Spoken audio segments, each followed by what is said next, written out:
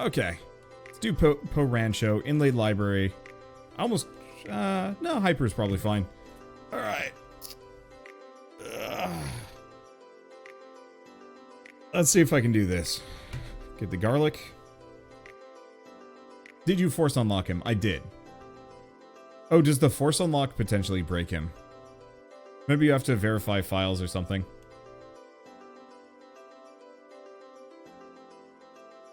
Okay, so we desperately need the attract orb to do this.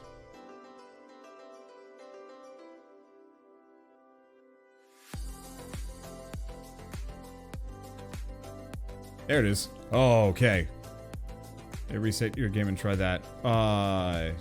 Like just restart it? I've done that a couple of times. I don't know. It doesn't matter. Well, I'll get the ghost working for like tomorrow or something like that.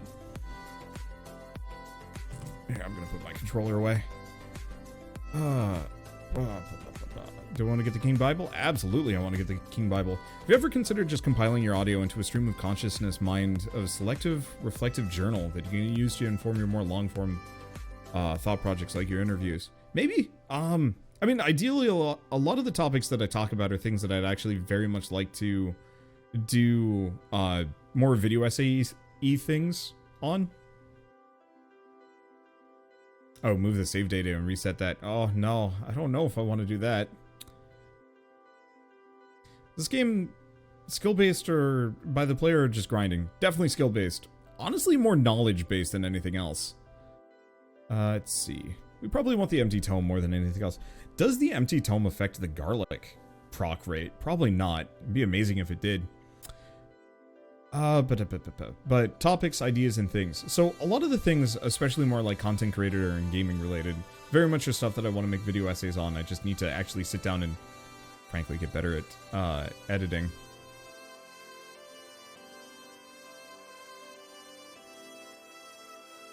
In retrospect, the pigeon this early might have been a bit of a mistake, but I don't know. How do you unlock death in this game anyway? You have to kill death. You kill the Reaper. Okay, let's keep grabbing that. Candelabrador actually would be really bad right now. The video essay sounds too much like homework. Fair, but I feel like a properly researched, well-written, scripted video talking about these topics is 1,000 times better than me just stream of consciousnessing stuff. Largely just because, while stream of consciousness is good, oh shoot, I don't think I've done this run, with the new garlic changes. Have I even done it with the new pigeon changes? We'll see. Let's see. We don't need the clover. Let's keep going empty tome. But yeah, I very much want to get more into this kind of, like, distilling my thoughts into videos. It's part of the reason why I haven't been talking about backseating too much lately. I do a little bit, and it's still a problem for me. But making a video essay on backseating and why it bothers me so much and why I think it's such a problem. I guess we're going to get the whip in this formula. I think it's fine. I think the whip is okay. But, you know, having that video essay to specifically... Okay, this guy could kill me. Yeah, I'm dead. Damn. Is this another statue run? Hell yeah, it is. Oh, power up. Can I get the last level of recovery? No. I could potentially refund. No. Recovery is not going to save me from that.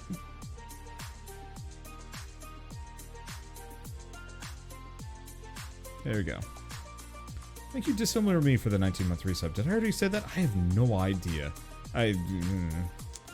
Well, I guess we'll grab Whip. Whip is kind of bad for this, but if I can get the attract orb, it's not that bad. And if I don't get the attract orb, then I'm dead.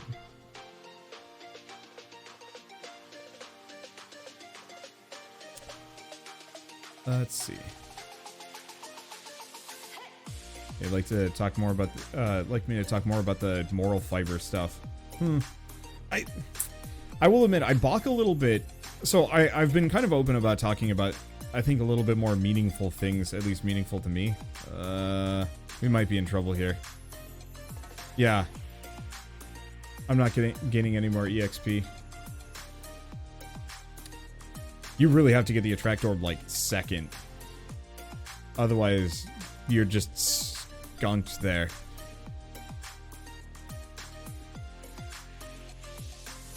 No movement run onto Garlic had the knockback resist debuff. I think it was the same patch as its evolution.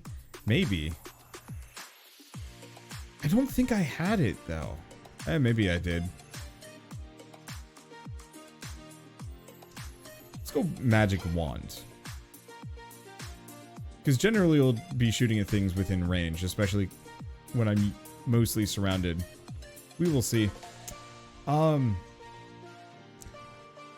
So my hesitation a little bit with talking about morality is not necessarily because, like, I don't want to, at least in, like, a more collected form, but, like, even just kind of talking about things that are meaningful to me, in Vampire Survivor, while playing Vampire Survivors, not in Vampire Survivors necessarily. There's the attract orb. Oh, yeah, if you don't get the attract orb on this run, you're donezo. It'd actually be really interesting if it programmatically recognized that, like, oh, hey, you're trying to do this run. Okay. But, so, even just kind of talking about it during this, I've definitely attracted a number of people that I would very much say aren't people that I would ever want to, like, engage with. And, unfortunately, as kind of part of these topics, I will often get a number of, like, folks that pop in and be like, no, actually this, or, you know, yelling at me because of something I said. So, I guess, what? A couple runs ago I talked about how, like, you know, not everybody can just work as a programmer because you need somebody to, you know, do the grunt labor. Do we want to get the spinach? Yes, we're gonna need the damage. But so, you know, mentioning stuff like that is liable to bring somebody that is, like, actually mad at me for my opinions on that one and deriding me. And I have thick enough skin that it usually doesn't get me too much. But if I'm, like, actively making content that is, like, outright talking about, like, morality or ethics or stuff like that, there's a very real possibility that I would attract kind of the detractor group, you know. There's always multiple sides to every argument, though many sides are very fundamentally wrong, kind of depending on what the argument is. But oftentimes that the detractors of one argument will seek out people and actively try to disprove, discredit, or whatever, just kind of deride them, question mark.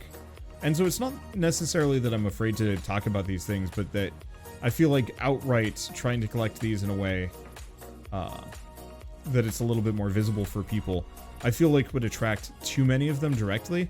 You know, it's not so bad when people stumble across, like, a Vampire Survivors video and I'm talking about, like, boy, it's important to treat content creators like human beings because, hey, they have feelings too, and, you know, you can't just, you know, I don't know, mistreat them because ultimately they're either going to quit or their content is going to suffer for it or blah, blah, blah, blah, blah. And, you know, inherently, you know, somebody might watch that and be like, no, you know, dance for me, internet monkey man. And it's like, oh boy, that's not a good, that's a bad look.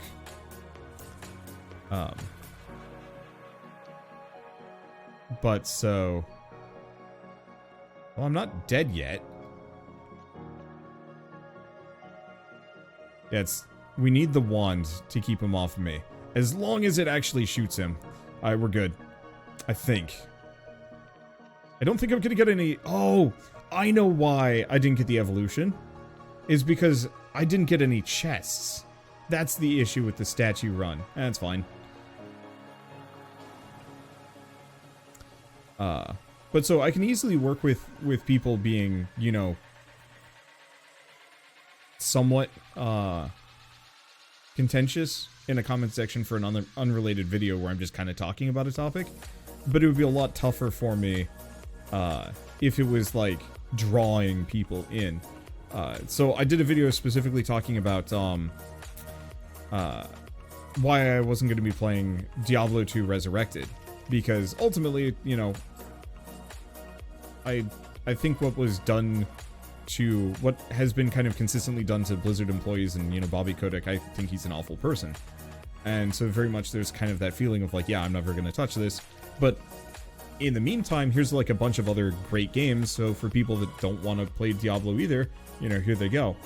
And my basic throwaway line at the beginning was very much, yeah, kind of anti-Blizzard. And I picked up quite a lot of people that were just going through the gamut of calling me, you know, a decent amount of unkind things. And ultimately, it's very easy for me to just kind of just disregard that. But it still kind of created that, that target that anybody that is specifically an avid fan of the series is going to find me and be mad because I'm not,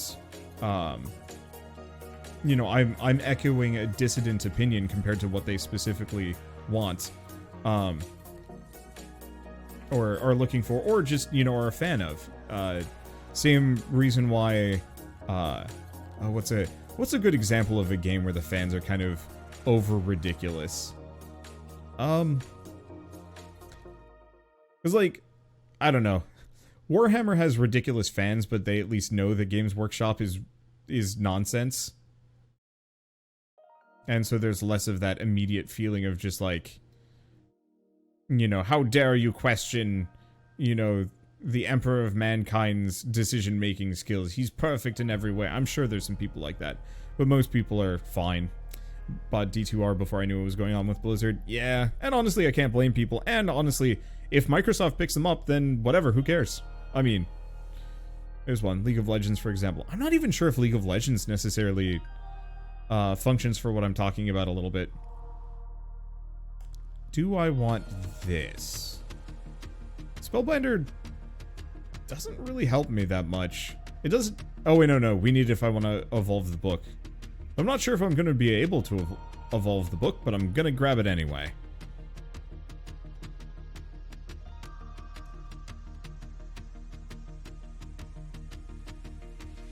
Let's see. There's another chest, just slightly closer to me. It's fine. Candelabrador for a range of garlic. Yeah. So I will probably pick it up a little later. I just want to get my attract orb to be as high as possible. Don't starve. Oh, don't starve according to Stump Friends. You know, that's actually a really good point. Because yeah, I do know that Don't Starve has some pretty passionate fans in a way that are kind of hard to work around. Halo has ridiculous fans. Fair enough. I'm trying to think. I think no. I don't know. Maybe Star Citizen is probably the best one I can think of, where there's a vested interest that it... Some people have a vested interest. I can word. Some people have a vested interest in whatever their chosen media franchise or thing. They have a vested interest in making it work. And specifically that anybody that is questioning them, they see as kind of questioning the media franchise is seeing it as somebody that's actively trying to get it shut down or something like that. And so you see this with a lot of internet garbage. You know, the controversies or the arguments or whatever that, you know, it's very much a Boolean. Either you're with us or against us. And for some people that are like so deep into Star Citizen, ooh, this is gonna hurt. You know, Star Citizen, Undertale, Homestuck, so on and so forth. There's very much this feeling of, you know, the fan base can't afford to be,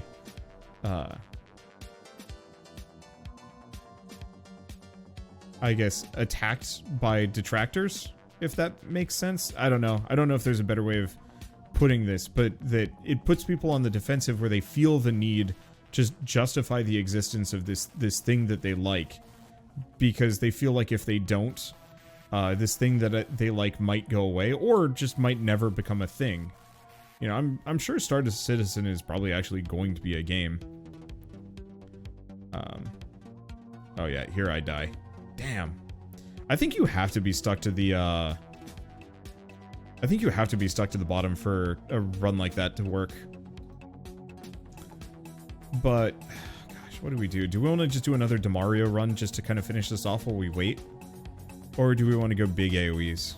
Let's do big AoE's. I'm just going to sit here with Porta for a little while and hit the library. Green Acres is kind of boring. Alright. Yep, nope, my controller's on. Okay. I guess I can move. But yeah, a lot of people are not receptive to criticism, especially of a product that they're particularly passionate about. And so, it's kind of one of those where I kind of like to avoid setting those people off a little bit too much.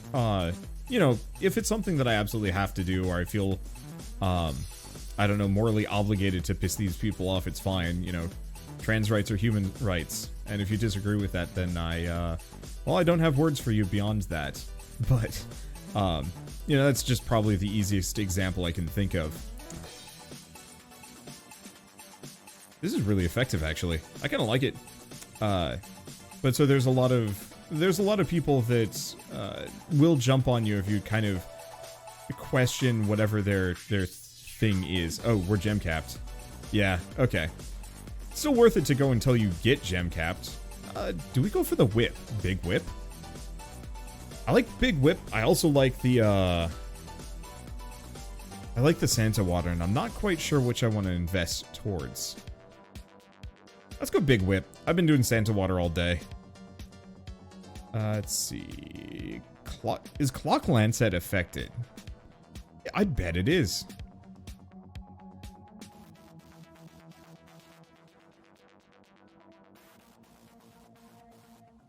I kind of wish the duplicator actually affected the Clock Lancet. I think that would be really funny.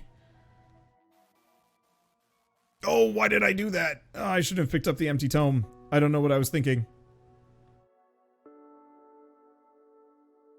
I was just like, oh, hey, empty tome. And then I forgot I'm on the library. Oh, well.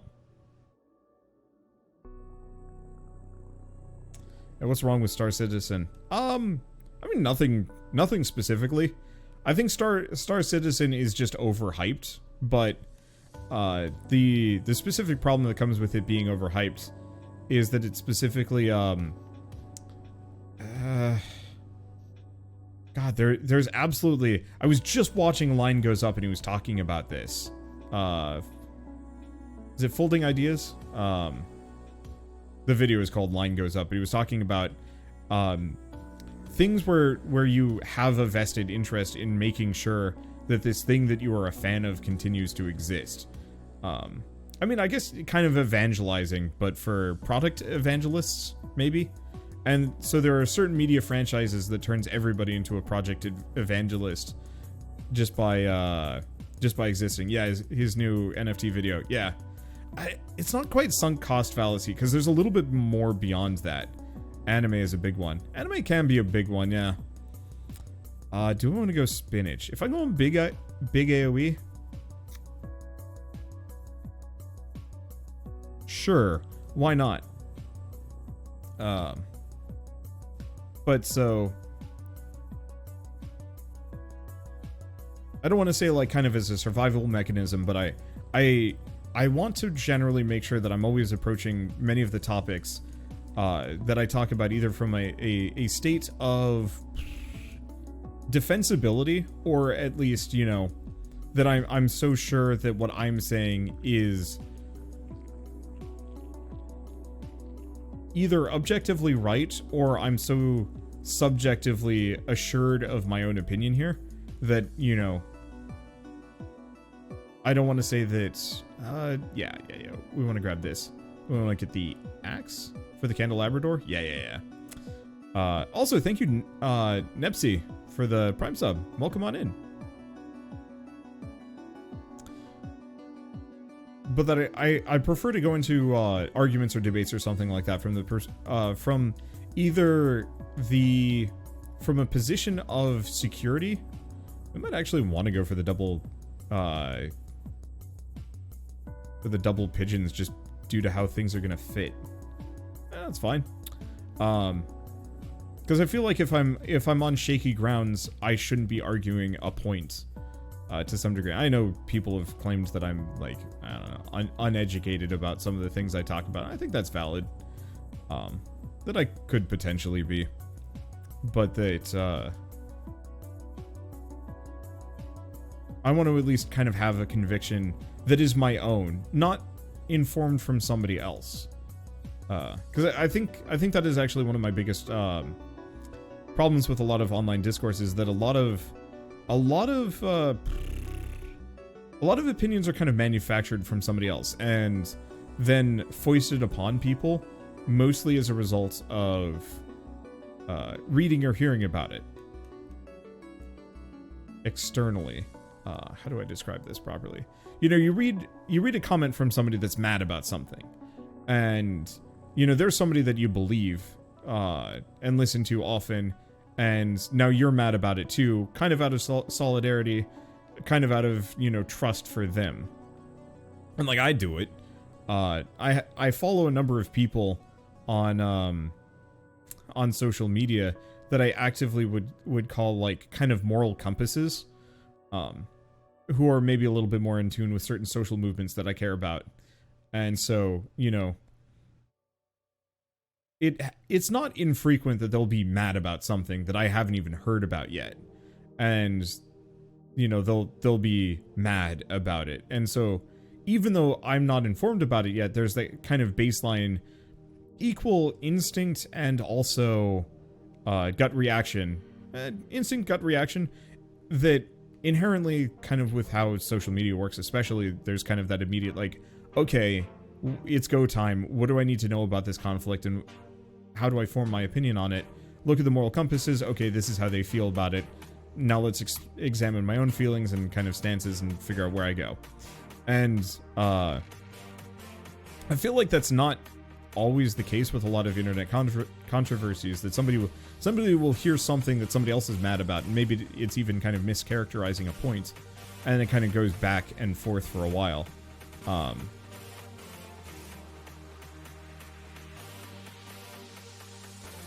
Let's see. I want the axe, but I don't want the axe yet, because I want to do double pigeon, then axe.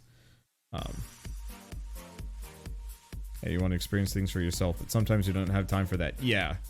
And so, it's why I try to only weigh in on, like, immediate controversies well after the fact, or if it's something that I, like, already have a pre-existing opinion on. So, like, I don't know, TV meta on Twitch.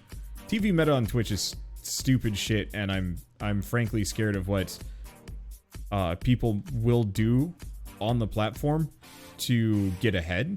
Because I feel like no matter what, like, that kind of thing is never going to have a good outcome, and is probably going to get a lot of us kind of permanently off the platform just due to risk factor assessments. I don't think I'm ever going to be in trouble, but you know, every time Twitch decides to mess with their copyright system, it usually ends poorly for a bunch of small channels. TV meta is specifically something that I think kind of happened a couple weeks ago, and I'm not actually sure if it's still, if anybody else is even trying it, but effectively a bunch of streamers were watching television. I don't even know what they were watching, but they're watching television that they didn't have, like, yeah, it was Avatar: The Last Airbender, but, you know, they didn't have rights to watch Avatar on stream in front of, you know, 20,000 people or however much. And so they got tons of viewership for it, and then they got banned, which then got them a lot of, but it was like temp banned, and that got them a lot of notoriety. And then, you know, take a weekend off, come back, and suddenly their viewership is much higher because, hey, you know, this person did this ridiculous thing, and, you know, everybody's talking about it. So of course they get that extra level of, like, fame. It's very much operating under the principle of there's no such thing as bad PR, which I don't actually believe. But so when it was happening, there was a lot of people, like, baseline, I already kind of had an opinion on it, but I had a lot of people A lot. I had like a couple of people. But everybody was weighing in on it, and a number of people were asking me for my hot take on it. And it's like, I'm not important enough for my hot take to generally ever matter. You know, I'll talk about certain like immediate gaming news, like, I don't know, Blizzard. But I'm not gonna like make a, oh boy, this she cannon will kill me, because I am not durable enough for that. Let's see. I should probably actually go find some, wow, those lightning strikes are absurd. I don't remember them being this good.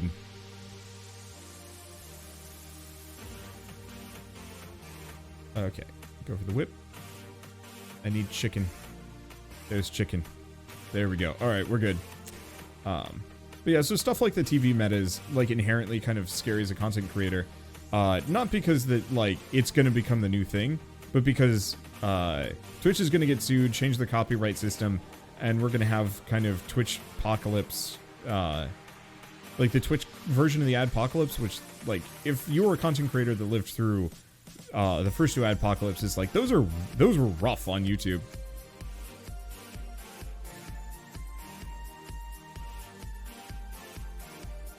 And so, like, I very much would prefer to stay out of that kind of thing. Where the hell am I even going with this point? How did this even start? Oh, hot takes, and I remember now. But kind of that immediate, like, risk aversion for wanting to avoid putting my, like, foot in my mouth. I think a lot of this is also informed specifically by Total Biscuit, who loved the man to death, but he definitely had...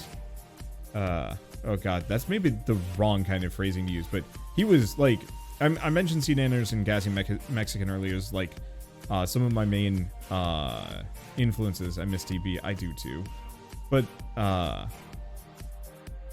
actually saw somebody mention me and a couple other of my friends, actually, as kind of the new replacement for TB, and I'm like, there's no replacement for TB. I'll try, but there's no replacement for TB. But, what was I gonna say? But, love him, miss him. He had a habit of putting his foot in his mouth and diving into controversies before he fully knew what was going on, because he was on a bit of a hair trigger. And, like, it was hard to be mad at him for a lot of these things, because most of the time, you knew that his heart was in the right place, even if he was initially misinformed. But, you know, there were a couple of controversies or things that he said that were very much just kind of like, he needed to have chilled out and, like, taken a couple of days to think about this stuff before talking about it. And had he done so, he wouldn't have stepped in it nearly as hard. Also, thank you, Beldair, for gifting a sub to Arthur. E. King. I have hiccups. Remember the guy getting kicked out of CoxCon for saying a meme. Huh. I didn't hear about that one. That man got irate about certain things. Yup. And so it's like, I think it was, I don't want to say kind of part of his charm, because once again, you knew fundamentally he was a good guy that was just trying his best to do right by the people he was kind of associated with, and you know, the games industry as a whole. But unfortunately, that often led to him being maybe a little bit too immediately combative, or diving into discussions that he didn't know about. Hey, thank you, Rhapsody, for the raid. Or, wow, for the raid and the 22-month resub. Morning. Morning, Raps. How you doing? Well, this just keeps going. Do we go Pichon? Yeah, let's go Pichon. Let's go for double pigeon here. And so, specifically after seeing, like, him step in it more than a few times, I generally kind of made the decision to generally stay not out of stuff, but, you know, if there's a controversy, I'll weigh in on it a little bit if it feels like I specifically need to do so, or if I have a good perception of it, or if I feel like the exposure brought on by, like, me talking about it is somehow worth it. if that makes any sense.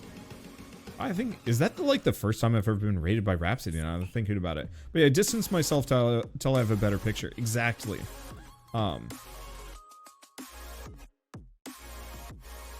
And so, you know, I'd much rather be a week late to a conversation than to be not wrong, because I don't mind being wrong. Being wrong just means that I have room to grow.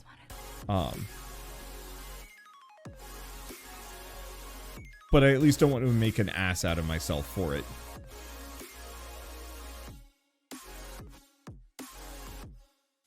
Let's see. And so kind of wrapping back to the beginning of this topic about like talking about philosophy and moral compass and stuff like that, is that very much I'm always going to be slow about that kind of thing. And a little reticent because I'm so afraid, not necessarily that I'm going to say something wrong, but I'm going to say something wrong and no amount of retractions are ever going to convince people otherwise. I straight up follow there's an absolutely lovely woman who handles the PR for Devolver Digital, mostly influencer relations. Great person, absolutely love her. Raid her often, actually. We might even raid her after this. But she vaguely looks like some other streamer that I think could have been like hacking in Counter-Strike Go or something like that. Yeah, Clara, lovely person. But so she had specifically been mistaken for this other streamer years ago. And like they don't even look that similar, but I guess people decided that they did. And anytime she's like has a magnifying glass pointed at her, everybody just starts discrediting her as this you know, it's like, aren't you this person? And she's like, no, that's not me. But like no matter how much protestations or you know, actual facts and information get you know, thrown out saying like, hey, this is not, you know, who you think it is, so many people will just like doggedly hold on to, no, you're wrong, it's the same person or something like that. Like those people whose names are too similar to popular criminals. Yes. And so in her case, very much she did nothing except for vaguely look like somebody else, and has kind of this, I don't want to say it's a stink, because it's not a stink, but she has this kind of like following of people that legitimately will use it to try and like attack her, even though it has no bearing in reality. And so kind of with like being publicly wrong, especially for something like a video essay or whatever, or, you know, talking about a topic. You know, I'm fine with it being wrong, especially, honestly, in this situation where, you know, the footage can just kind of fall off the face of the earth. But if you can Google me for that opinion, that's when it becomes harder and more problematic. And that's the kind of thing that, as a public-facing person on the internet, you know, I don't want to say reputation is anything, but like a stink to you can stick in such a bad way. In a way that like I specifically would like to permanently avoid if possible. There we go. There's the stone mask. I was gonna find it at some point.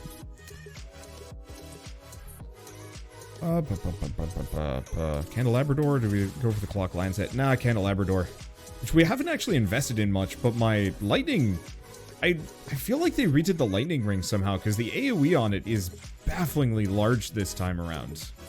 It feels way larger than normal, at least.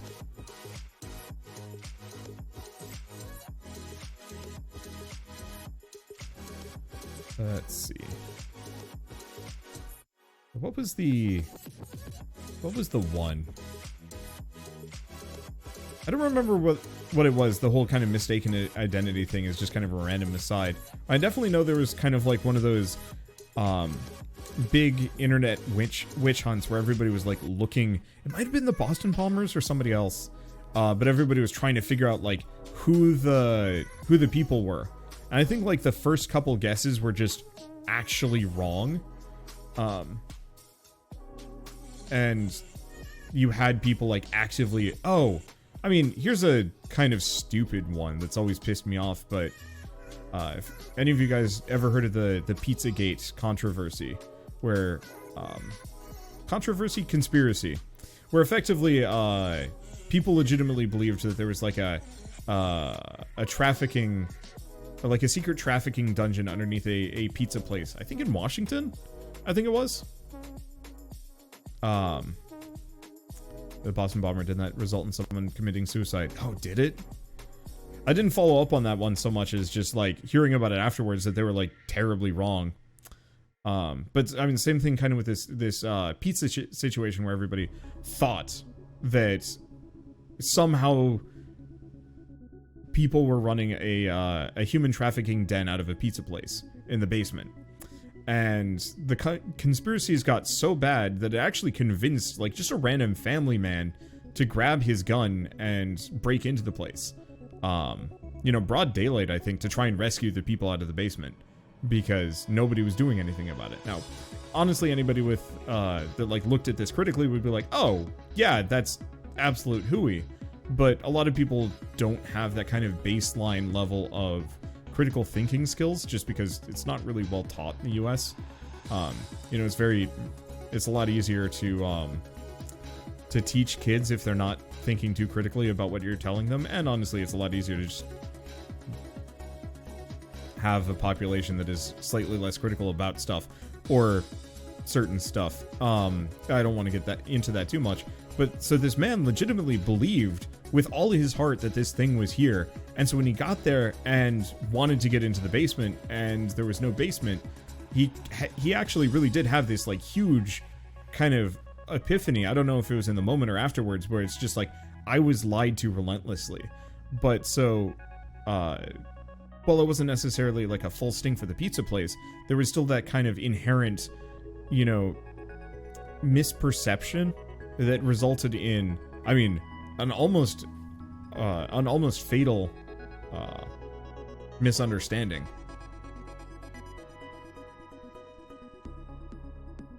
Let's see. And so, like, I don't know what the anecdotes were. I don't know what kind of proof people were coming up with. Like, it was just very wrong. But that it doesn't take much, especially when it comes to the internet, especially with stuff like Google searches, that, you know, potentially, like, some kind of ding on your reputation or the public perception of who you are, that can stick with you no matter what. Because, I mean, honestly, stuff like Google, you know, if the top Google search result for you is something bad, and like people are gonna see that and it's gonna hurt. Didn't someone try to burn the building down too? I wouldn't be surprised, which is kind of horrifying because, you know, if there's people in the basement, you don't want to just burn it down, but whatever. I don't want to go further into that. I just remember being quite shocked that it got that far with someone. Oh, there's Hellfire. That should maybe be a boost. I still don't believe the meteors are actually that good, even though I think they are actually quite nice. Sometimes fake news and misinformation are deadlier than even pandemics. And I would say that, like, especially in our current situation, I don't know what the overall death toll is going to be as a result of misinformation, but I know it's definitely driving much of it at the moment, at least to some degree. Let's keep going AoE size.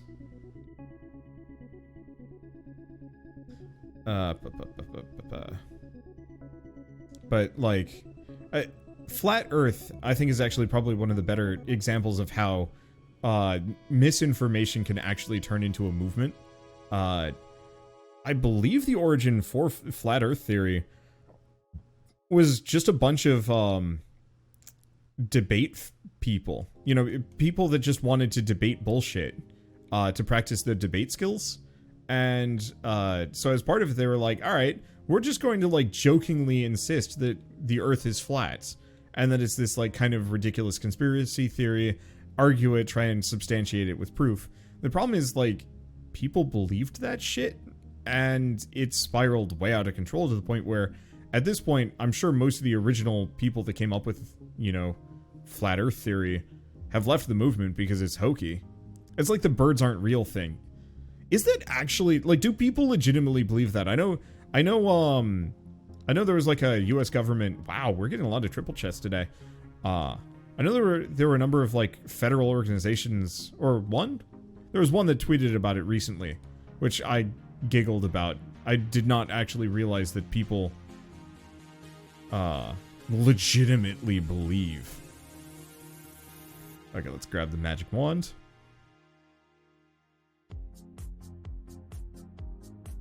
Kind of similar to Pastafarians. I don't know about Pastafarians. I don't think I've ever met anybody even close to being an adherent so much as it being a convenient thing. See, no axe? Oh, you're right. It's fine. I don't know. I don't know if I need axe. We're still gonna evolve the wand. We're just, yeah, not gonna get the axe. And Pastafarians so far seem to have just remained purely a joke. I could be wrong, there could be actual proper adherents, I'm not sure. Let's see, same with the Jedi religion. And the thing is with the Jedi religion, like, I think with that one you could at least kind of point at it to being like a proper creed. Pastafarianism is just kind of is goofy from the outset, but being a Jedi is like, you know, having little attachments, being relatively ascetic, law, order, justice, peace, some other things. Like, as stupid as it is to kind of say that, like, I would actually, I could see the ethos of the Jedi is very much a functional belief system. Holy shit, the whip is doing major work here. It's huge too. Weren't the Jedi based off of Buddhist monks and stuff? Yeah, like there's a lot of crossover ideology. I don't think it's actually a good ideology. Like, I don't strictly think Anakin was wrong in a lot of his gripes. I just think he also should never have listened to Palpatine. And why the hell did he? I mean, you want to talk about ridiculous conspiracy theories that drive good people to do intensely stupid shit. I think that's probably one of the best examples in like fictional media that I could point to is like, boy, all that boy needed to learn was the ability to question the status quo properly, and I think he would have come out very much on top. Religion's about the same. People shut off their filter. Well, it's blind faith. Going back to the idea of talking about wanting to form my own opinion rather than just listen to somebody else's. You know, I spent the first 18 or so years of my life going to church, various churches. And my experience with religion has always been kind of hit and miss, and I don't want to go too far into like any kind of legitimacy, because like if people want to believe that, they're welcome to. It's fine, I'm not going to question that. But organized religion is kind of a completely different fish that often is not the same thing as belief. And so I remember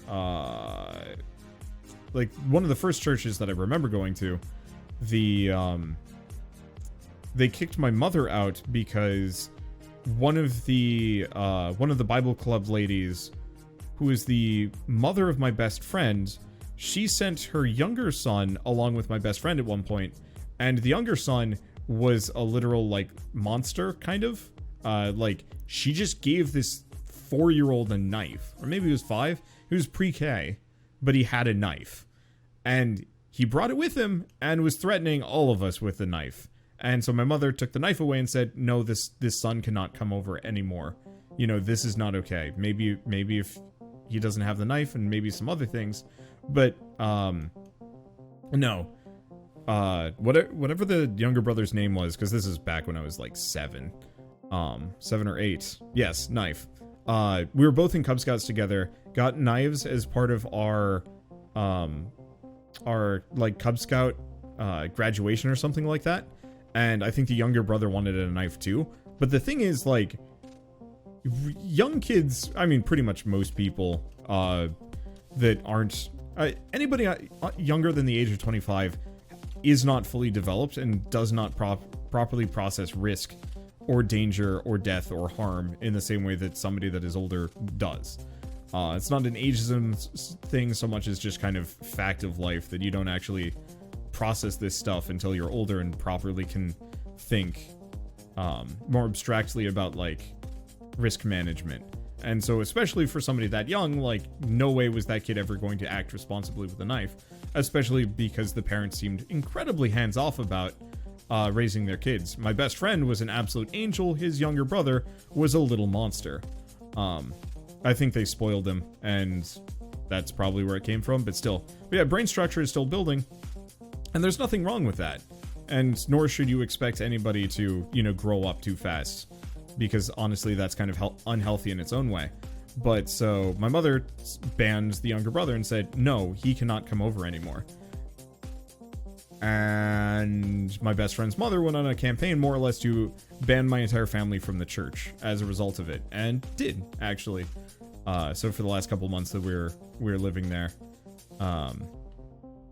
we just stopped going to church. I didn't understand why. Stopped seeing my best friend too, which is weird.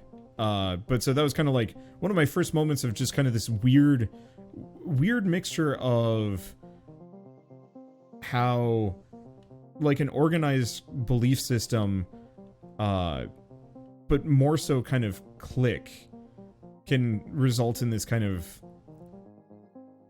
negative feedback loop of bad personality traits and dominant individuals that can, you know, genuinely turn something that might actually be beautiful or good into something kind of heinous and horrible.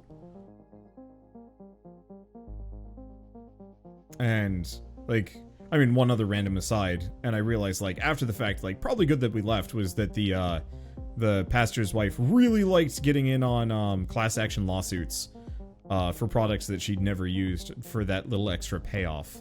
Which, like, that's... say what you want about religion of any variety, that is not a... and this was a Lutheran church. That is not a Christ-like person in any way, shape, or form. That is a horrible church. Yup. And I'm sure the pastor himself was fine, but he didn't rein it in. And so there was kind of that, like, after a certain point you realize, like, oh, yeah, this is rotten, and no one's going to fix it because no one would ever dare question the system, probably. And so, you know, kind of the more things like that I see, you see as kind of part of larger organizations, the more you're kind of like, there's a lot of not good people that kind of end up in charge. And so, regardless of, like, who or what, like, whatever value the organization might stand for, it's only as strong as the people that run it or are there. And so, I mean, you think about that with, like, YouTubers and stuff. I'm just gonna bring it back home a little bit. One of the biggest points that I'd always like to kind of encourage people to remember when it comes to content creators is, like, we should not be put on pedestals necessarily. I think many of us can be quite admirable. And I think there are some that will probably manage to go their entire careers without a controversy, or ever doing something even remotely close to heinous. But that, you know, it's not uncommon that you see some content creator that has been caught for, I don't know. Let's go with, I mean, probably the most heinous ones have generally been grooming. Grooming or, like, using their position to fleece their viewers. Grooming, I would say, is probably the most heinous. But yeah, people placed on pedestals tend to fail. It's just normal. And also, I feel like people that seek pedestals actively might have that kind of baseline personality trait to fail. Or fall to their own urges. Like, it's, fame is not easy to acquire. You can, And there are quite a number of people that accidentally end up famous. But most people that end up in positions of power, fame, or influence usually went out of their way to get there. That's not the kind of thing that you generally just stumble into without a plan or a desire to get there. And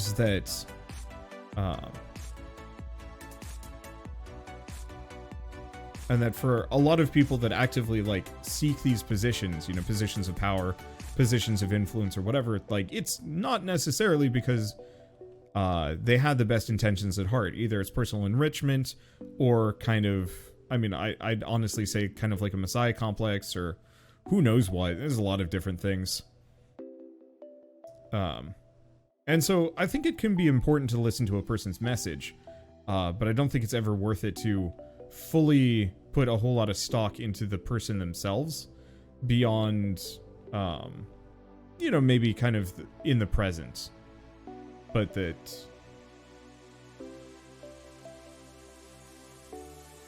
you know, it's so easy for people to kind of fall to whatever their, I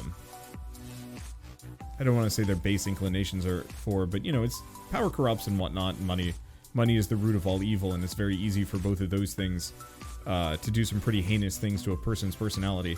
Wow, this is an incredible run. I move over Mortatio. Hello, big AoE's. I think the only regret I have on this one is maybe the Meteor Wand, and even then, I'm not sure. I'll have to see what his damage stacks up to. Because it seems to do tons of damage, it just doesn't, it's not quite as impressive. I could think the axe might have been better.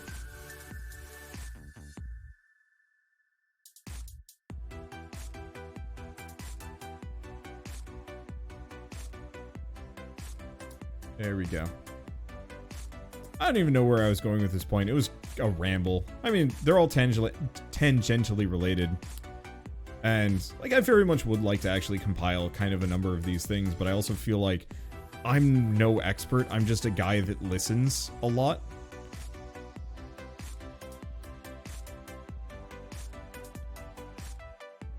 And then I guess I also talk a lot.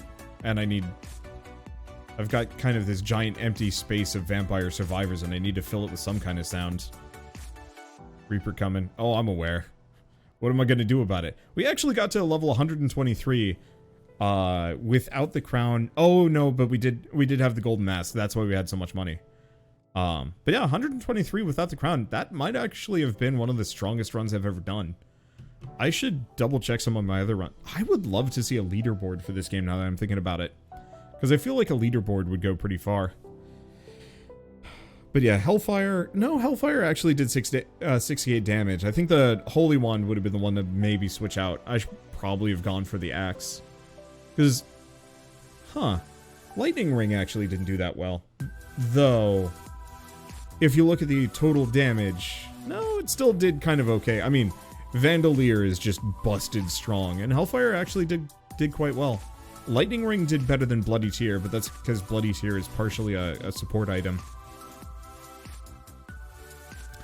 Okay, well, one way or another, I would absolutely love to keep going, but I'm losing my voice and it's not coming back, and I could probably drink some water, but I've been streaming for 6.5 hours, so we're just gonna go find somebody to raid. And let's see if, I don't know, a Vax on or something. Usually is. Nope. Ah, but you know who is? Let's go raid McQueeb. He's playing Noida. I've actually never interacted with the guy, but considering he was the one that taught me how to get, how to unlock Missing No in Vampire Survivors, we might as well give him a raid. And go compliment his beard. He's got a nice beard. Claire's not on. So, yeah, we're just gonna go raid McQueeb. Noida's also a good game. And I think he's like one of the best players at Noida, at least as far as streamers go. So anyway, go say hi to him, and I'll see you guys, I think tomorrow. I think I will do a bonus stream because I didn't stream on Friday. But I don't think it's going to be as long as today because I'm going to lose my voice otherwise.